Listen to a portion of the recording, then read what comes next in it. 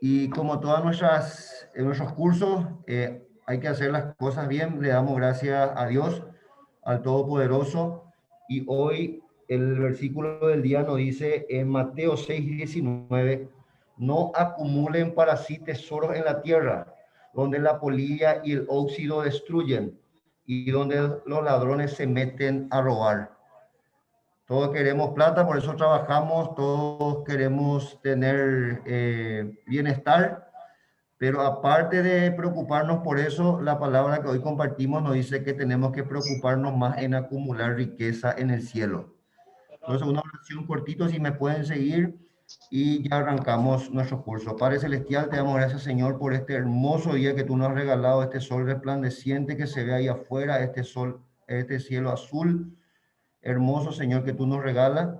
Te pedimos, Señor, que nos des entendimiento, sabiduría, en especial a los disertantes, al doctor, a las licenciadas, para que nos puedan enseñar, para que nos puedan fortalecer nuestros conocimientos. Y también, Señor, te damos gracias porque hasta hoy has sido fiel. Muchos hemos caído, pero tú nos has levantado, Señor. No hay bacteria, no hay virus que pueda con nosotros porque tú has vencido, Señor, a todo eso en la cruz del Calvario. Por eso te damos gracias y también, Señor, bendecimos a nuestro país, bendecimos el Paraguay y te damos gracias, Señor, porque esa mala noticia de que prácticamente más del 30% de paraguayos podía estar muerto, tú, Señor, nos has permitido. Gracias por tu fidelidad, por tu amor. En nombre del Padre, el Hijo y el Espíritu Santo. Amén. Y de esa manera arrancamos. Quiero darle la bienvenida quien les habla hoy en su carácter de jefe de enfermería de urología.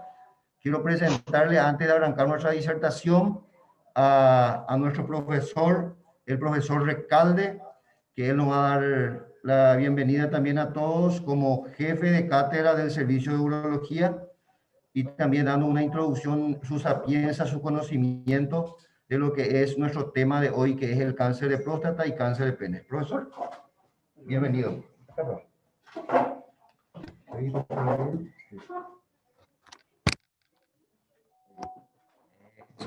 Buen día para todos. Muchísimas gracias por la invitación de iniciar este curso. Gracias a la tecnología podemos estar llegando a los más recónditos lugares de nuestro territorio e incluso fuera del territorio nacional.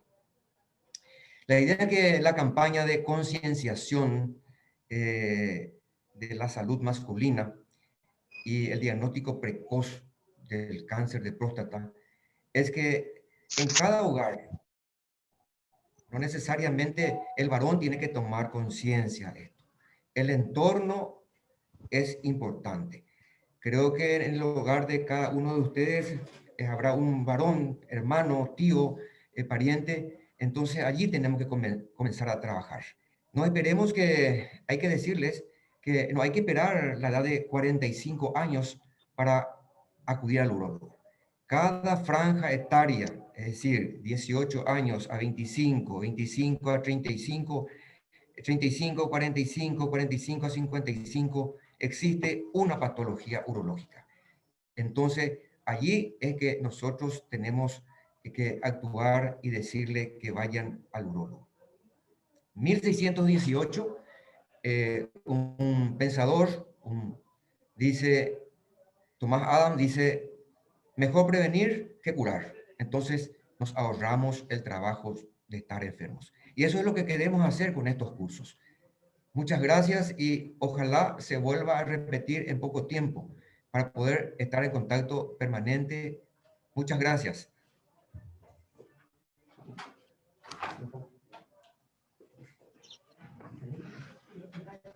Agradecemos al profesor su introducción, su palabra de bienvenida para todos y también dando una pequeña reseña, ¿verdad?, de lo que es nuestro tema, es nuestra campaña, que es la campaña de Noviembre Azul para lo que es la detección precoz del cáncer de próstata. Y ya está con nosotros la licenciada Noelia Almada, que nos va a profundizar todo lo que es el tratamiento, los cuidados de enfermería. Está también con nosotros el doctor Blas Vera, que nos va a hablar del diagnóstico, cómo se llega al diagnóstico para un cáncer de próstata y toda la actualidad de lo que es el manejo de un paciente de cáncer de próstata y de cáncer de pene, él nos va a estar hablando. Es la licenciada Noelia quien va a arrancar con este curso. Ella es egresada de la Facultad de Enfermería y Obstetricia FENOP, promoción 2013, tiene posgrado en terapia intensiva y también está trabajando como enfermera asistencial en la cátedra de urología del Hospital de Clínica. Licenciada, adelante.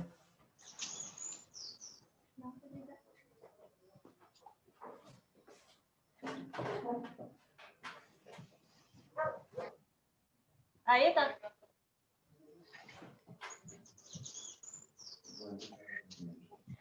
Buenos días, yo soy la licenciada Noelia Almada, enfermera asistencial del Servicio de Urología del Hospital de Clínicas. El día de hoy queremos compartir con ustedes el objetivo de la campaña Noviembre Azul. Queremos hablarles sobre la importancia de la detección precoz y el tratamiento oportuno de esta enfermedad. El objetivo es acompañar, el objetivo de esta campaña es concientizar a la población masculina sobre el cáncer de próstata y la importancia del diagnóstico precoz de la enfermedad. El cáncer de próstata sigue siendo a nivel mundial la segunda causa de muerte en hombres, pese a los avances médicos que hicieron de esta una enfermedad curable. La consulta tardía se ha convertido en una de las cuestiones determinantes para que esta estadística no descienda. ¿Cuál es el objetivo de la detección precoz de cáncer de próstata? Tratar la enfermedad en un estadio temprano, cuando aún se puede ofrecer un tratamiento curativo y mejorar la sobrevida del paciente. El cáncer de próstata se origina cuando las células normales de la próstata empiezan a cambiar y proliferar sin control, formando una masa llamada tumor, que puede ser un tumor benigno o maligno, que es canceroso. Eso significa que puede diseminarse, puede invadir otras partes del cuerpo. Entre los factores de riesgo tenemos los factores que no se pueden modificar, que es la edad, antecedente familiar y el origen o la raza. Se recomienda que los controles de próstata se realicen a partir de los 50 años, pero si hay algún antecedente familiar de algún tipo de cáncer, el control debe empezar a partir de los 45 años de edad. Y están los factores que se pueden modificar, ¿verdad? Los hábitos como fumar o el sobrepeso. Y con el doctor Blas.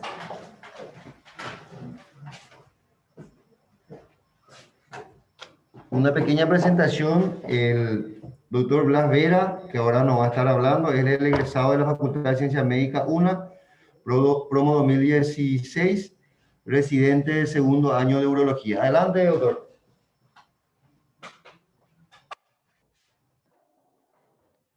Muy buenos días, soy el doctor Blas Vera, residente de segundo año de la Cátedra de Urología. Voy a continuar un poco la presentación que iniciaron los compañeros. Antes que nada, recordar siempre que los síntomas en el cáncer de próstata generalmente ya se dan en estadios avanzados de la enfermedad. Por eso el principal objetivo de esta campaña es recalcar en la consulta temprana de los pacientes. A partir de los 50 años, como bien dijo la licenciada, a partir de los 45 años en caso de que el paciente presenta antecedentes familiares de cáncer de próstata, como por ejemplo si el papá tuvo antecedentes de cáncer de próstata, es importante que a partir de los 45 años empiecen los controles para el diagnóstico temprano, que es lo esencial para el tratamiento, como vamos a ver en breve. Los síntomas que puede llegar a presentar al paciente son una urgencia miccional. La urgencia miccional hace referencia a que el paciente no puede esperar a llegar al baño para orinar. Tiene una necesidad imperiosa de orinar. A eso hace referencia a la urgencia miccional. Los pacientes también pueden presentar una nicturia, que es un aumento en la frecuencia de ir al baño por las noches, ¿verdad? Que se suele ver generalmente en estos pacientes. Se levantan 3, 4, 5 veces durante la madrugada para ir al baño, interrumpe el sueño. Uno de los síntomas característicos de una patología prostática. La retención urinaria, a veces los pacientes necesitan ser sondados porque ya no pueden orinar por sí mismos, ¿verdad? Una de las consecuencias del cáncer de próstata también puede llegar a ser este síntoma. La micción dolorosa, los pacientes sienten un dolor al orinar. o una disminución de fuerza en la micción, ¿verdad? Que los pacientes suelen referir que deben hacer gran esfuerzo para poder ir al baño, ¿verdad? Y una sensación de vaciamiento incompleto en la vejiga. Los pacientes, después de hacer pipí, sienten que al instante necesitan de vuelta ir al baño. También se pueden observar otros síntomas en el cáncer de próstata como disfunción eréctil, hematuria que hace referencia a la sangre en la orina, un semen sanguinolento o una pérdida de orina que generalmente los pacientes refieren como si fuera una incontinencia, pero en realidad lo que está pasando con los pacientes es que tienen una orina por rebosamiento. Como no vacían todo completamente la vejiga, entonces los pacientes creen que tienen una incontinencia, pero en realidad es una pérdida de orina nada más.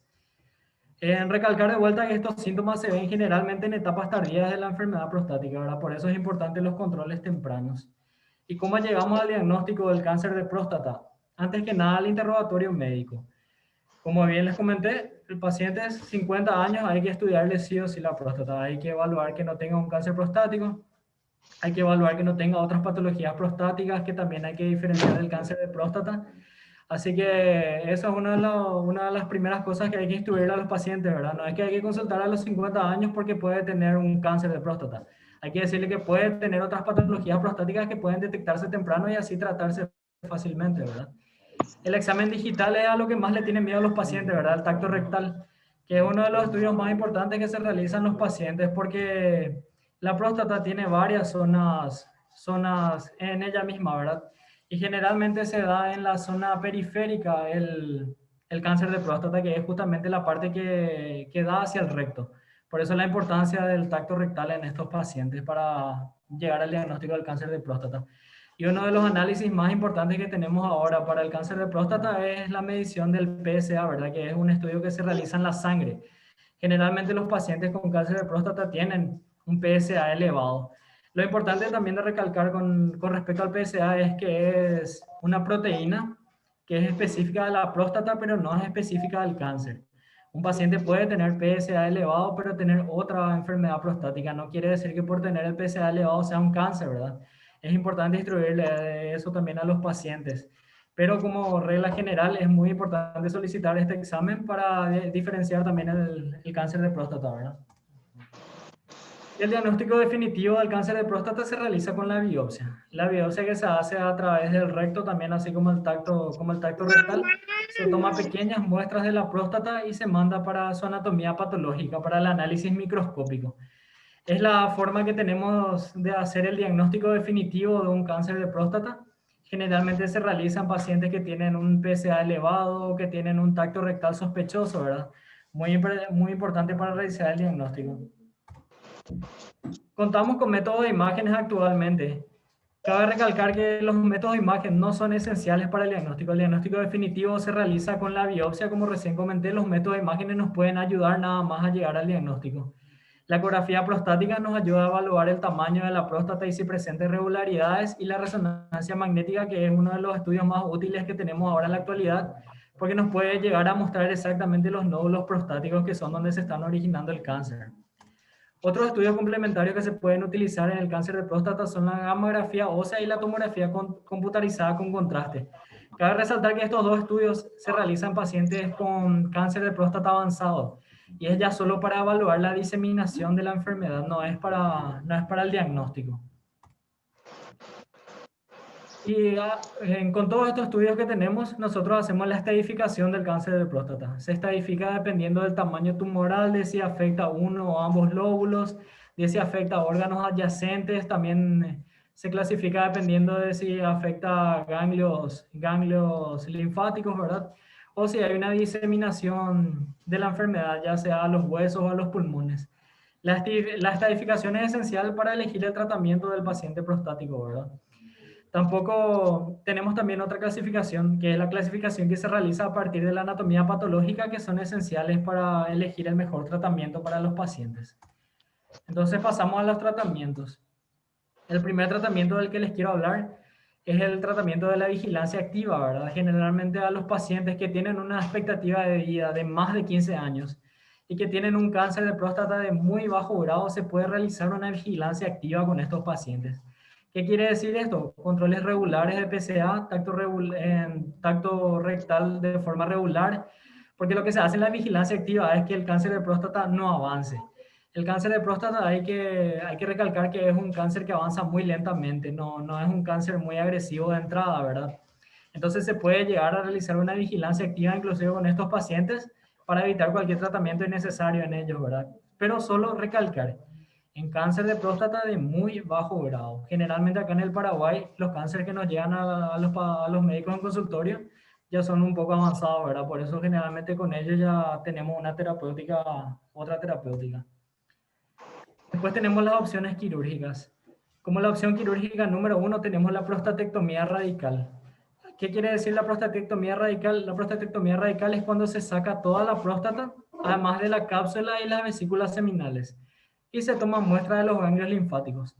Esta cirugía es una cirugía curativa al cáncer de próstata. Con esto se busca erradicar completamente el cáncer de próstata del paciente y se puede realizar en pacientes que tienen una expectativa de vida de más de 10 años y con un riesgo intermedio, y en algunos pacientes que tienen que ser muy seleccionados con riesgo alto, ¿verdad? Bueno, pasando un poco a la siguiente terapéutica, además de la cirugía curativa, tenemos otras opciones terapéuticas. Generalmente en un paciente que ya tiene otros órganos tomados o que ya no puede entrar a quirófano por A o B motivo, se tienen las opciones de realizar una radioterapia, que es cuando rayos X se envían, por así decirlo, ¿verdad?, hacia la próstata. También puede llegar a ser curativo, hay que recalcar eso, ¿verdad?, pero solo en casos seleccionados. Y la terapia de privación androgénica. ¿En qué consiste la terapia de privación androgénica? Se le dan medicamentos al paciente, que lo que hace es disminuye la cantidad de testosterona en el organismo. Porque el cáncer de próstata es decir, como que se alimenta más o menos de la testosterona, ¿verdad?, en el organismo. Por eso una de las terapias que se puede realizar es la terapia de privación androgénica, que disminuye los niveles de testosterona a niveles mínimos, ¿verdad?, para que el cáncer no avance. Cabe resaltar también que este tratamiento ya es un tratamiento paliativo, generalmente no se realiza de forma curativa en los pacientes. Por eso este tratamiento se hace en pacientes que ya tienen un cáncer de próstata avanzado, ¿verdad? Y se puede realizar también en estos mismos pacientes la orquiectomía bilateral. ¿En qué consiste? En la extracción de ambos testículos, porque el testículo es el órgano principal formador de testosterona en el organismo. Forma el 95% de la testosterona, entonces es el equivalente a la terapia de privación androgénica. Los niveles de testosterona llegan a nivel mínimo, por lo cual el cáncer se puede controlar. Una vez más, recalcar que este no es un tratamiento curativo, es un tratamiento que se hace en pacientes que tienen un cáncer de próstata avanzado que no pueden realizarse una prostatectomía radical. Eso es todo por ahora. Voy a pasar de vuelta con la compañera.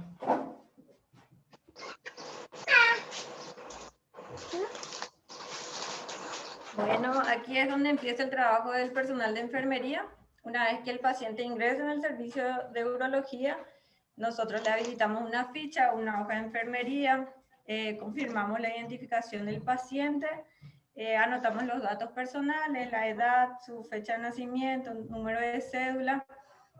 Preguntamos si es que tiene algún régimen medicamentoso, si toma algún medicamento, la dosis, en qué horario toma, si tiene alergia a algún medicamento y si es necesario complementar algunos o actualizar algunos estudios. Le hacemos la extracción de sangre, le explicamos cómo llegar a sala de imágenes para una radiografía, le aclaramos todas las dudas que tenga con respecto al servicio, le comentamos las normas que tiene la institución, qué objetos se puede meter en el servicio, qué no, y los cuidados que tienen que tener los familiares en esta época de pandemia, ¿no? La preparación prequirúrgica, le aclaramos al paciente y al familiar todas las dudas relacionadas al procedimiento que va a realizar el personal de enfermería con respecto a la preparación, ¿verdad? Se realiza el enema según indicación, se canaliza una vía periférica, inicia la hidratación según esté indicado y los antibióticos profilácticos. Explicar al usuario que tiene que estar en ayunas para su cirugía. Y en cuanto a la fase postquirúrgica tenemos tres, que es el periodo postoperatorio inmediato, que transcurre desde que el paciente sale de la sala de recuperación y las primeras horas en la sala hospitalaria. La etapa postoperatoria intermedia o mediana consiste en el periodo de convalecencia hasta su prealta, y la postoperatoria tardía básicamente consiste en la enseñanza y la planeación del alta del paciente. Una vez que el paciente regrese a nuestra sala de urología, examinar la permeabilidad de las vías respiratorias, si el paciente respira espontáneamente, si no realiza ningún esfuerzo respiratorio, si hay algún síntoma o alguna alteración, realizar las medidas correspondientes. Valoración del nivel de conciencia del paciente. Es muy importante verificar si el paciente está despierto, lúcido, si está somnoliento, si responde a estímulos verbales. Orientar al paciente una vez que recupere el estado de conciencia con respecto a su entorno. Decirle, paciente fulano de tal, que terminó su cirugía, que ya se encuentra nuevamente en la sala de nuestro servicio, y aclararle las dudas que se presentan posterior al procedimiento. Conectar al paciente al monitor de signos vitales y controlar cada 1 hora o según requiera el estado del paciente. Vigilar la administración de líquidos parenterales y llevar el registro de todos los fármacos administrados y los efectos sobre el paciente, ¿verdad? Vigilar la infusión de sangre o derivados si es que amerita una transfusión.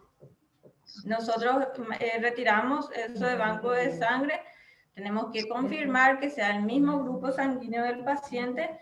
Una vez administrado, verificar si el paciente no tiene una reacción adversa a la sangre o a algún derivado.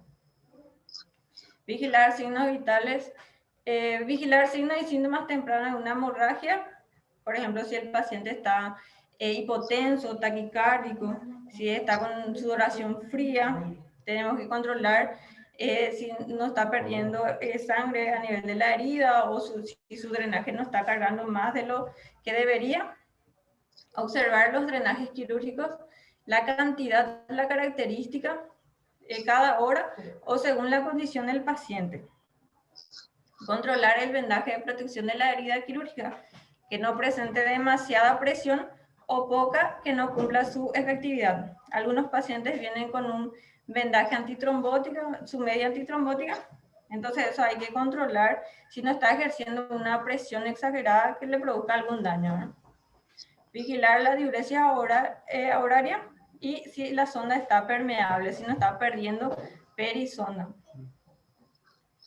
En caso de náuseas y vómitos, tenemos que poner la cabeza del paciente en forma lateral para que no broncoaspire si el paciente empieza a vomitar. Administrar los antieméticos que están indicados, ayudar a limpiar al paciente, cambiarle las sábanas si es necesario. Valorar la presencia de dolor. Se administra el analgésico que está indicado y se controla si tiene algún efecto en el paciente. Si el paciente sigue refiriendo dolor, se comunica al médico. Nuestra principal labor es, por lo menos en las primeras horas, el paciente no debe sentir dolor en la herida operatoria en lo posible. Proporcionar la ingesta de líquidos para favorecer la hidratación. Si el paciente inicia tolerancia y no tiene náusea, no vomita, ya puede ir iniciando con líquidos según esté indicado y cómo tolera el paciente. Proporcionar una dieta adecuada para estimular el peristaltismo. Estimular al paciente para que realice ejercicios respiratorios de expectoración, haga movilizaciones e intente deambular lo antes posible si es que no existe alguna contraindicación. Para eso verificamos la ficha del paciente, lo que pasó en el tiempo quirúrgico, y le preguntamos al cirujano si tiene alguna contraindicación. Si no, iniciamos la movilización lo antes posible. Al alta se realiza la enseñanza sobre los cuidados de la herida quirúrgica, detección de posibles complicaciones, signos de alarma que pueden aparecer en el domicilio, dando pautas concretas. ¿Qué significa esto? Explicarle que el paciente tiene que entender que si hay fiebre, que si hay algún signo de inflamación alrededor de la herida, alguna complicación, algún sangrado, tiene que volver al servicio para que el médico le evalúe. Y los cuidados específicos de su proceso quirúrgico, la alimentación, la higiene, movilización y tratamiento. El paciente sí o sí va con alguna indicación de algún antibiótico vía oral, explicarle la importancia de lo que es cumplir a cabalidad con lo que está indicado. Y eso es todo. Si tienen alguna pregunta.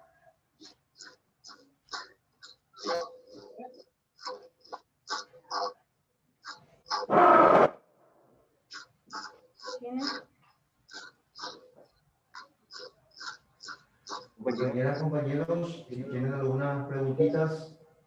Acá está la licenciada Noelia y también acá el doctor Blas, atentos para responder.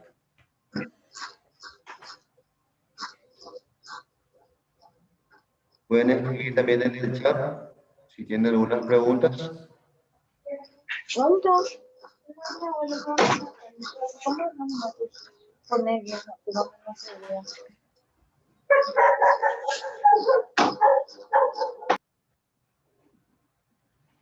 Bueno, no hay preguntas. Entonces damos un receso de 5 minutos y le damos millones de gracias, doctor Blas, millones de gracias a la licenciada Noelia. Excelente disertación.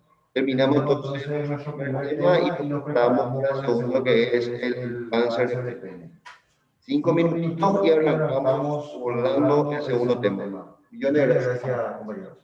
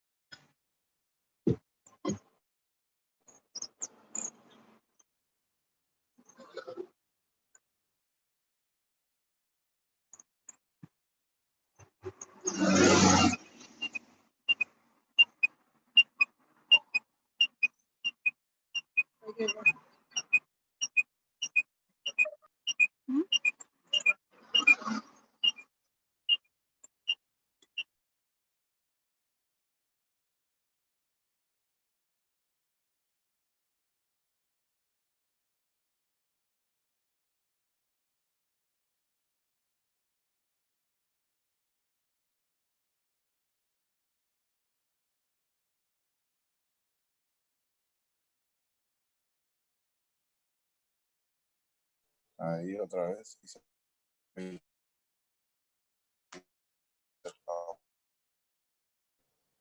La habilita.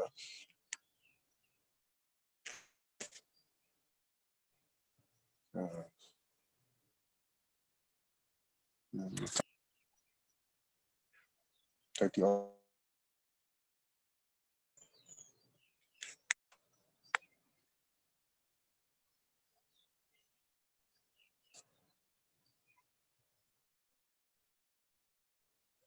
Activado.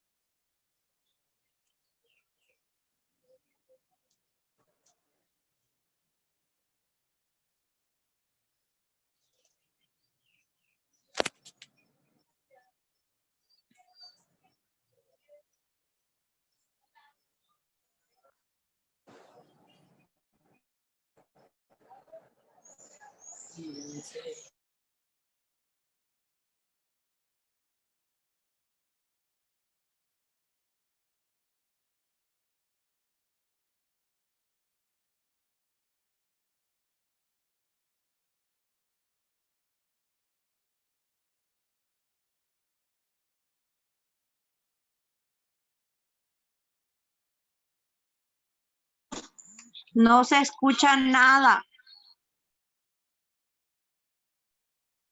Estamos de receso, por eso no se escuchan. Nos dio un receso de 5 minutos. Con el internet no está transmitiendo.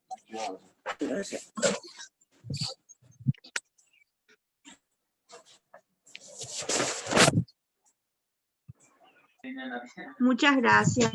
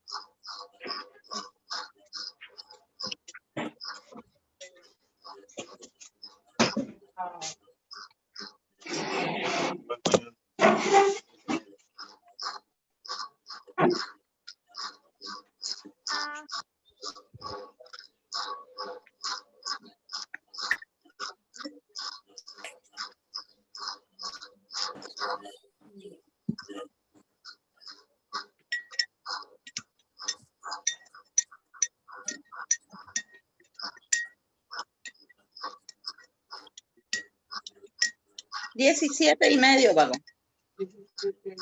17 tengo ahí, Fernandito. Les ha sacado Fernandito.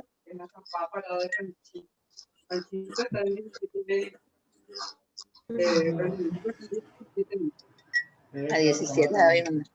Ya. Buenas, compañeros, por favor silenciar sus audios. Vamos a dar continuidad a nuestra charla.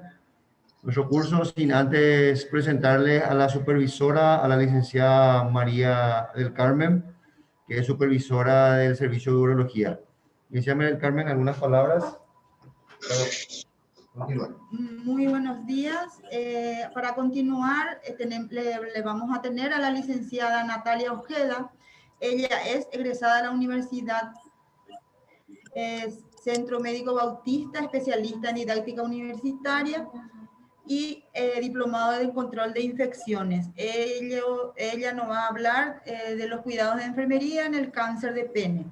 Y ahora vamos continuando la charla. El doctor Vera va a empezar con el tema cáncer de pene. Sí.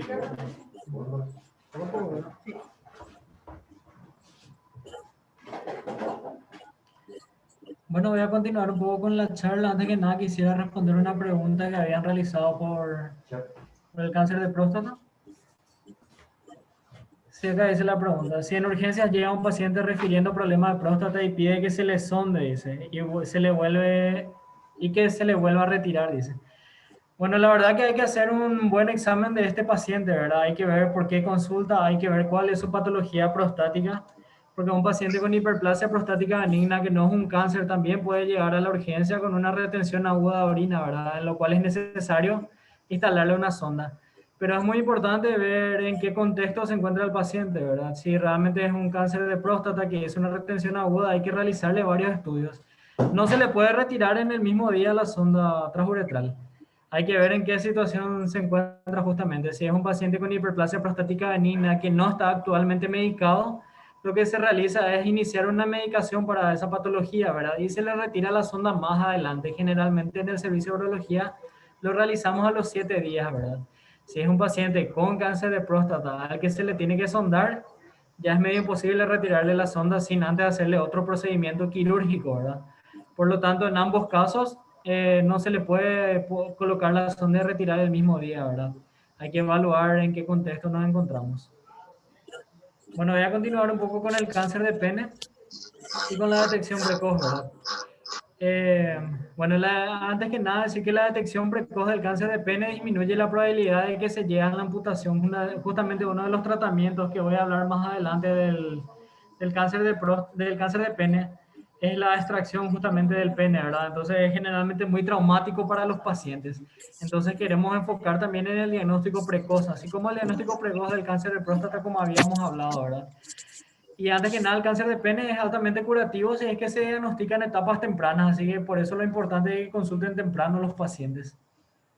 Es un proceso proliferativo y desordenado de las células epiteliales. Justamente ahí en la foto tenemos una imagen de un cáncer de pene ya un poco avanzado. Y se desarrollan frecuentemente a partir de la piel, generalmente también a partir del glande, ¿verdad? Por eso generalmente vemos en la punta del pene que inician este tipo de...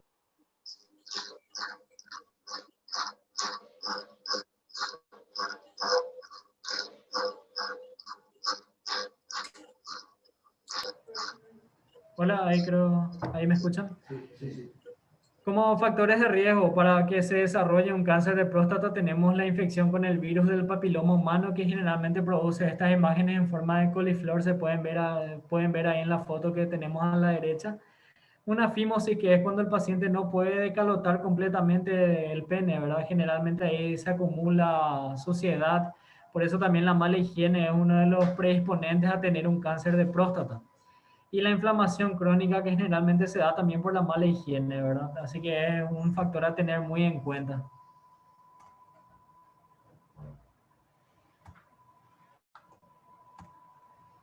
Bueno, continuando los síntomas del cáncer de pene, el principal síntoma siempre va a ser la lesión. Es una lesión que se ve generalmente en el glande, puede ser sobrelevado, puede ser una lesión de coloración rojiza.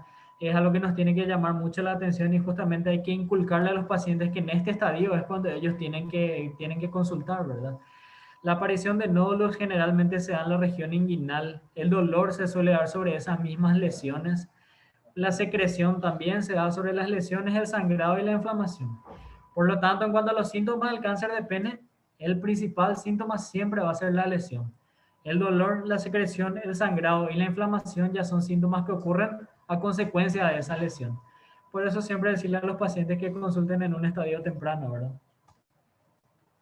Que bueno, ¿y cómo se llega al diagnóstico del cáncer de pene? Antes que nada tenemos que ver que existen algunas lesiones premalignas. No toda lesión que sale en el pene es cáncer de pene. Así que eso hay que explicarle bien a los pacientes, ¿verdad? Esta lesión que tenemos ahora en la imagen, por ejemplo, es un cuerno cutáneo, es una lesión que puede llegar a malignizar, pero extrayendo esta lesión fácilmente se soluciona el problema. No es necesario llegar a la amputación del miembro.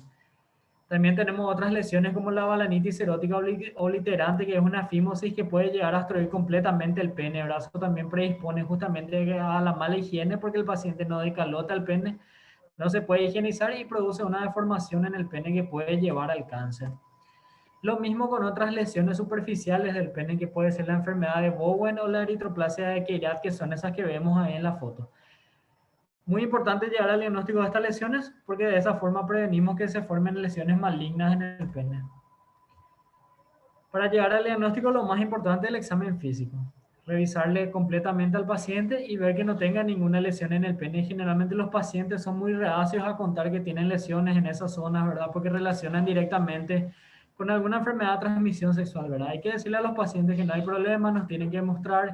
Nosotros tenemos que visualizar esas lesiones justamente para poder llegar al diagnóstico temprano. Y el diagnóstico definitivo, de la misma forma que el cáncer de próstata, se llega a través de la biopsia. Cabe resaltar que si la lesión es muy pequeña en el cáncer de pene, la biopsia puede incluso llegar a ser curativa.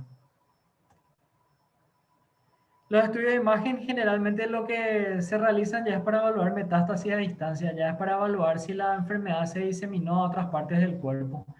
Si bien como estudios localizados se podría llegar a realizar una ecografía cuando el paciente tiene un cáncer de pene, es muy raro que se solicite ese tipo de estudios, porque generalmente con la biopsia ya podemos llegar a saber si el tumor está infiltrando en el pene o en qué situación nos quedamos actualmente. Por lo tanto, la imagen lo que más utilizamos es para saber si existe diseminación del cáncer a otras partes del cuerpo y se hace con la tomografía contrastada. En cuanto a los tratamientos del cáncer de pene, el primer tratamiento, que es el curativo, es la cirugía. Acá tenemos varios tipos de cirugía, ¿verdad? Principalmente dos. Generalmente cuando el cáncer es muy pequeño, todavía no realizamos el diagnóstico. Como les comenté, la biopsia ya puede llegar a ser curativa si la lesión es muy chica. De ahí lo importante es que los pacientes consulten en un estadio temprano de la enfermedad.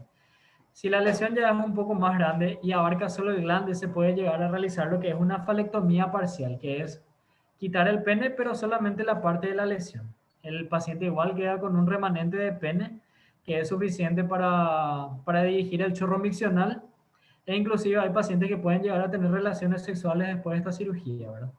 Y como última opción tenemos la falectomía total, que es la extracción completamente del pene, ¿verdad? Que ya es en un extremo cuando el cáncer está muy avanzado.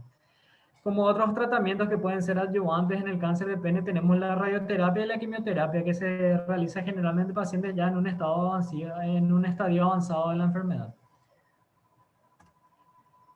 Bueno, eso es todo con respecto al diagnóstico y tratamiento del cáncer de pene. Ahora le voy a dar la palabra a la licenciada Natalia Ojeda para que continúe con los cuidados de enfermería en el paciente. Muchas gracias.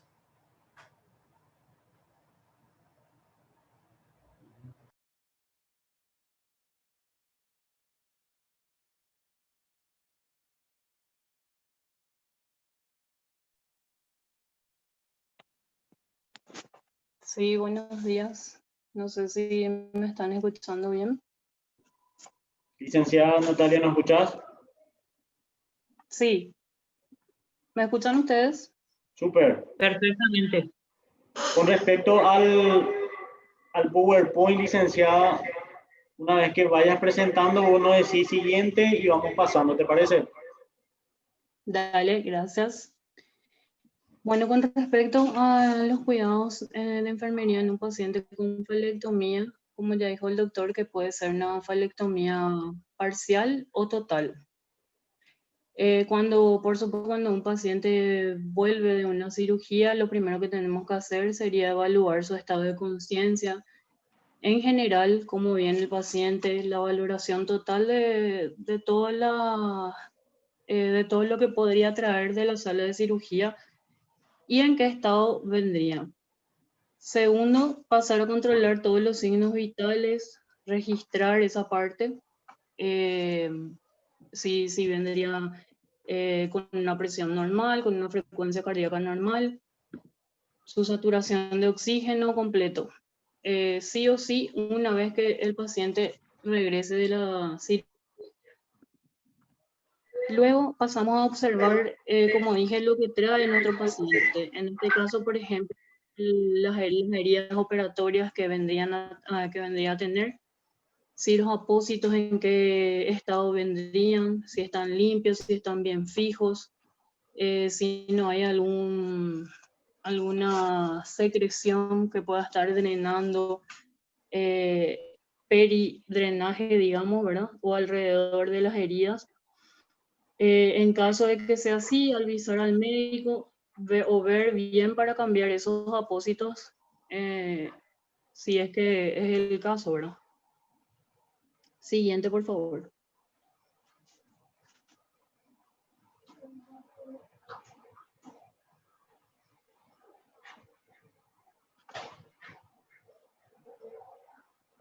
Por supuesto que cada vez que vamos a hacer algún procedimiento a nuestro paciente o sea lo que sea, sin importar el nivel de conciencia, tenemos que hablarle, explicarle, decirle qué es lo que le vamos a hacer, porque eso es lo que a ellos les ayuda en caso de que estén conscientes, les ayuda a tranquilizarse un poco más. En el caso de que no, igual sabemos que tenemos que decirle lo que le vamos a hacer. A veces tal vez pensamos que no sabemos si nos escuchan o no nos escuchan, si están bien, mal, pero es necesario que sí se les explique lo que se le va a hacer en todo momento. Por supuesto, la administración de los medicamentos es lo que el ABC de la enfermería, los antibióticos, los analgésicos en caso que tenga dolor, a horario según está indicado o según necesidad, o bien los antieméticos que muchas veces son necesarios después de una cirugía. De acuerdo al posicionamiento del usuario, siempre tenemos que ver, de acuerdo, en este caso, en urología, ¿verdad? Y como hablamos de la falectomía, ellos siempre vienen con drenajes, o casi siempre, drenajes y sondas. Entonces, eso es, sí o sí debemos registrar o mantenerle en una posición en que pueda drenar de una manera correcta ese drenaje, digamos, ¿verdad? Valga la redundancia. Por ejemplo, las bolsas colectoras siempre deben estar por debajo de la rodilla. Lo mismo, los drenajes de heridas deben estar siempre a un nivel más bajo que la herida para que eso pueda drenar de forma correcta. Siguiente.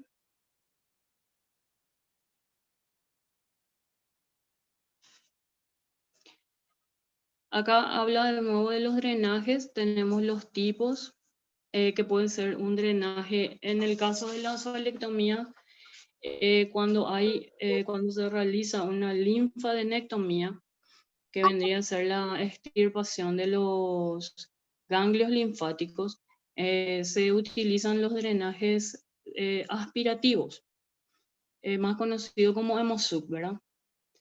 Que creo que la mayoría debe conocer, el drenaje que viene como como un acordeoncito, eso se aprieta y produce un vacío a presiones bajas, y lo que hace es de esa forma poder sacar o exteriorizar todos los exudados, sangres que haya dentro de esa herida para que pueda facilitar la cicatrización. Se tiene que mirar también, como dice ahí, la fijación de los mismos, que eso no esté volando ahí para que una vez que se mueva el paciente, eso se pueda estirar, por ejemplo. Entonces tiene que estar fijo en un lugar cercano a la herida, digamos, y colgado o ubicado de una forma a la cama. Para que siempre tratando, por supuesto, de fomentar la movilización de nuestro usuario, porque esto también ayuda a que él pueda, a que los drenajes puedan exteriorizarse, ¿verdad? También hay que, dentro de nuestra hoja de enfermería, generalmente estos pacientes vienen con un balance, o con una indicación de balance hidrosalino, y entonces también, por supuesto, los drenajes deben ser bien contabilizados.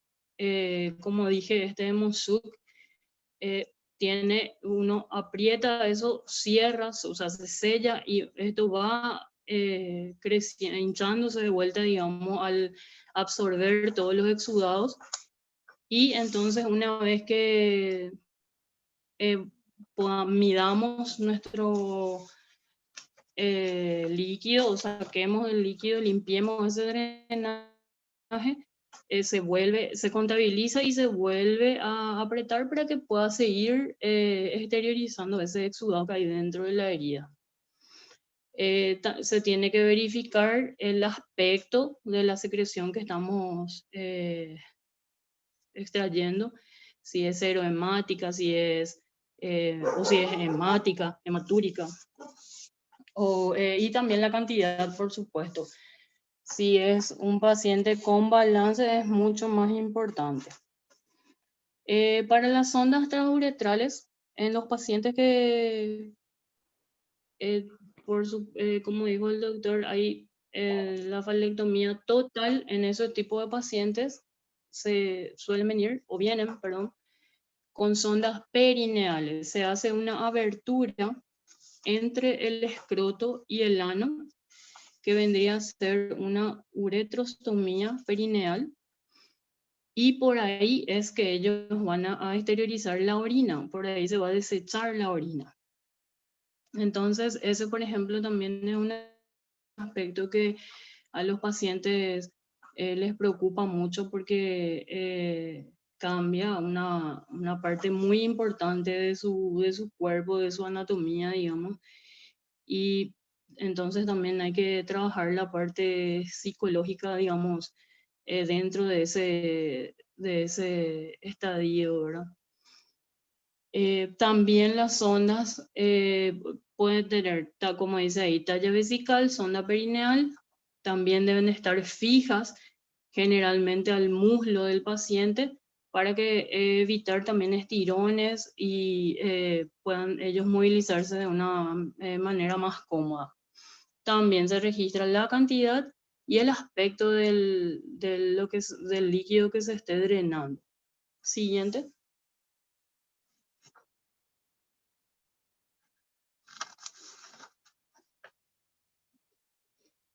Así como hablamos,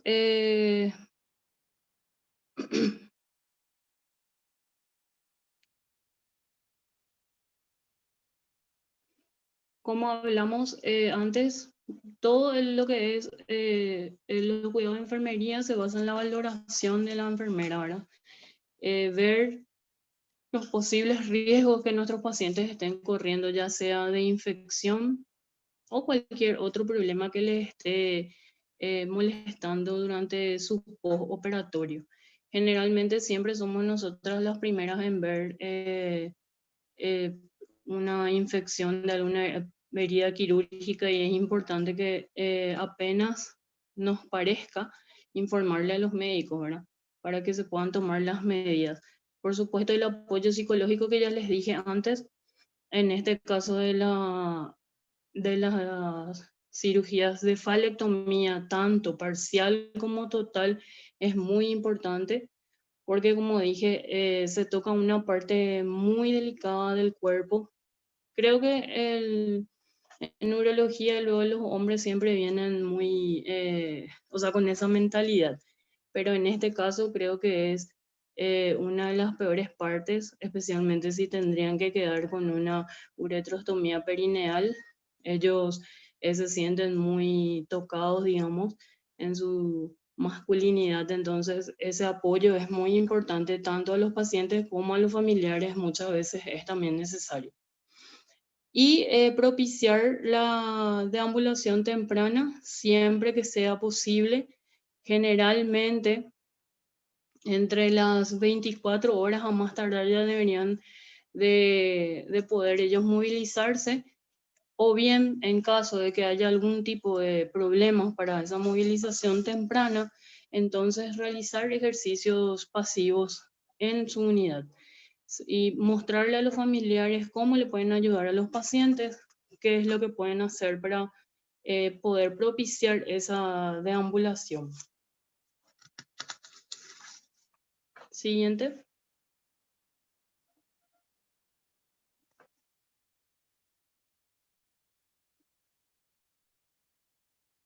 Y una vez que nuestros usuarios estén de alta, por supuesto, generalmente son los médicos los que se encargan de hablarles sobre los cuidados y los signos de alarma que tendrían que tener en cuenta para volver. Pero muchas veces ellos no entienden muy bien cuando el médico es quien le explica y siempre recurren otra vez a la enfermera para preguntarle qué es lo que le dijo el médico, ¿verdad?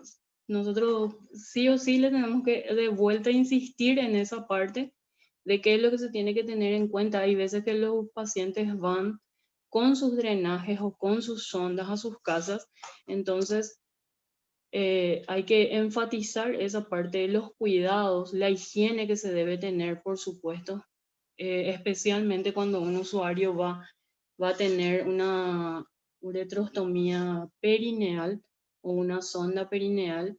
Eso hay que, por supuesto, lleva otro tipo de higiene más, con mayor énfasis, digamos, o cada mayor tiempo, más veces en el día, para que se pueda mantener sin ningún tipo de infección. Y ahí creo que culmina mi presentación de los cuidados de enfermería.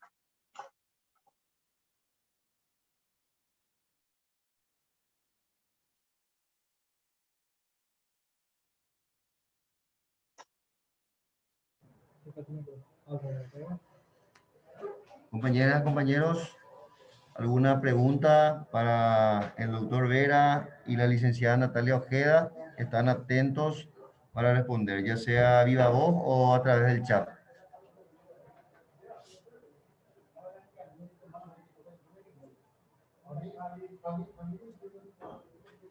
¿Una pregunta en el chat?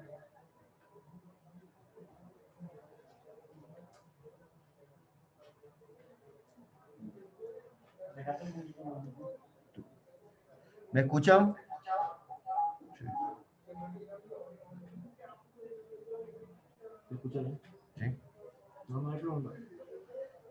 Bueno, si no hay preguntas, agradecerle a la licenciada Noelia, a la licenciada Natalia, al doctor Vera por la excelente disertación. ¿Hay una pregunta? Ahora me dicen que hay una pregunta. El principal causante es el VPH. Dice la compañera Sofía, el principal causante es el pH. Acá. Pregunta si... El principal causante es el VPH. El cáncer. Hola, permiso. Sí, uno de los principales causantes del cáncer de pene es el virus del papiloma humano, ¿verdad? La transmisión justamente a través de la vía sexual y la aparición de las lesiones en el pene son los que predisponen a la aparición del cáncer de pene. Bueno, eso es con respecto al cáncer de pene, la pregunta. Es uno de los principales causantes del virus del papiloma humano, también está relacionado con la mala higiene, como habíamos comentado, ¿verdad? Bueno, voy a responder de paso a la siguiente pregunta. PSA normal, ¿hasta cuánto es? Dice. Generalmente la normalidad es 4 gramos por mililitro, ¿verdad?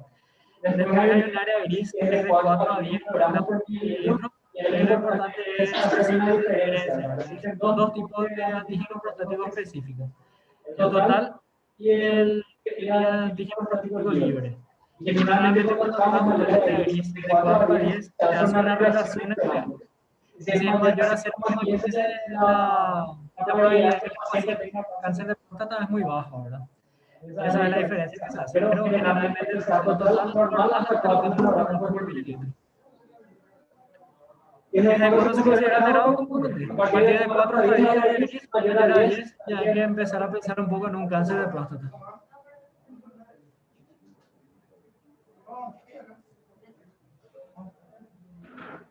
¿Una otra pregunta? ¿No hay más preguntas, compañeros?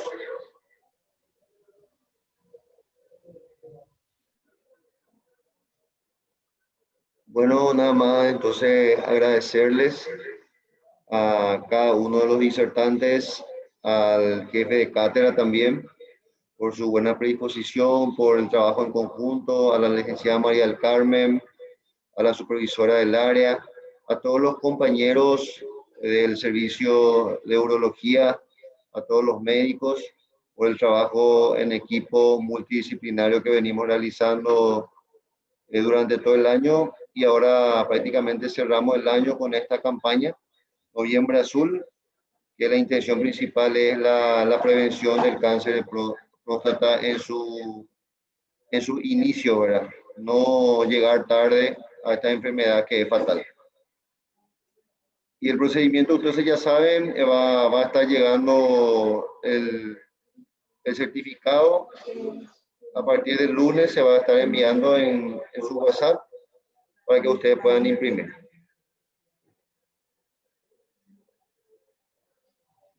Ya no llegó ninguna pregunta. Acá hay una última pregunta. ¿Cada cuánto se hace el control, dice? No queremos que se quede con la duda. Si tiene alguna duda, pregunten. La idea de estos cursos es disipar cualquier duda, porque ustedes son agentes multiplicadores que nos ayudan a llegar a tiempo al paciente. Bueno, voy a responder la última en el cáncer de próstata, me imagino, ¿verdad? Bueno, con respecto al antígeno prostático específico, si encontramos un poco alterado, así como había comentado, mayor a 4, se pueden empezar a realizar controles anuales, ¿verdad? Para ver si es que no aumenta el antígeno prostático específico. Pero es muy relativo. En un paciente con antígeno prostático específico normal, muy bajo, se pueden espaciar un poco más los controles, ¿verdad? Se pueden realizar cada 2, 3 años. Hay inclusive algunas guías que recomiendan cada 8 años, ¿verdad? Pero generalmente nosotros no recomendamos que pase tanto tiempo para el siguiente control. En el caso del que PSA ya haya aparecido alterado y se haya descartado un cáncer de próstata, se puede realizar cada 1 o 2 años aproximadamente el control, ¿verdad? No es necesario espaciar demasiado, pero en el caso de que estemos realizando un seguimiento a un cáncer de próstata, se realiza de forma más regular. Generalmente en el primer año del postquirúrgico se realiza inclusive cada 6 meses los controles para ver que la patología esté controlada, ¿verdad? Esa es la respuesta.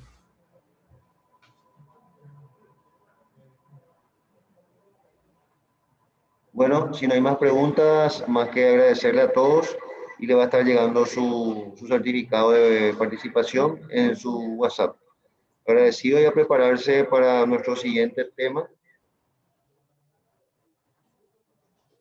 Pero antes de cortar, vamos a estar intensificando la campaña y vamos a empezar por casa, ¿verdad? Empecemos por casa, ¿verdad?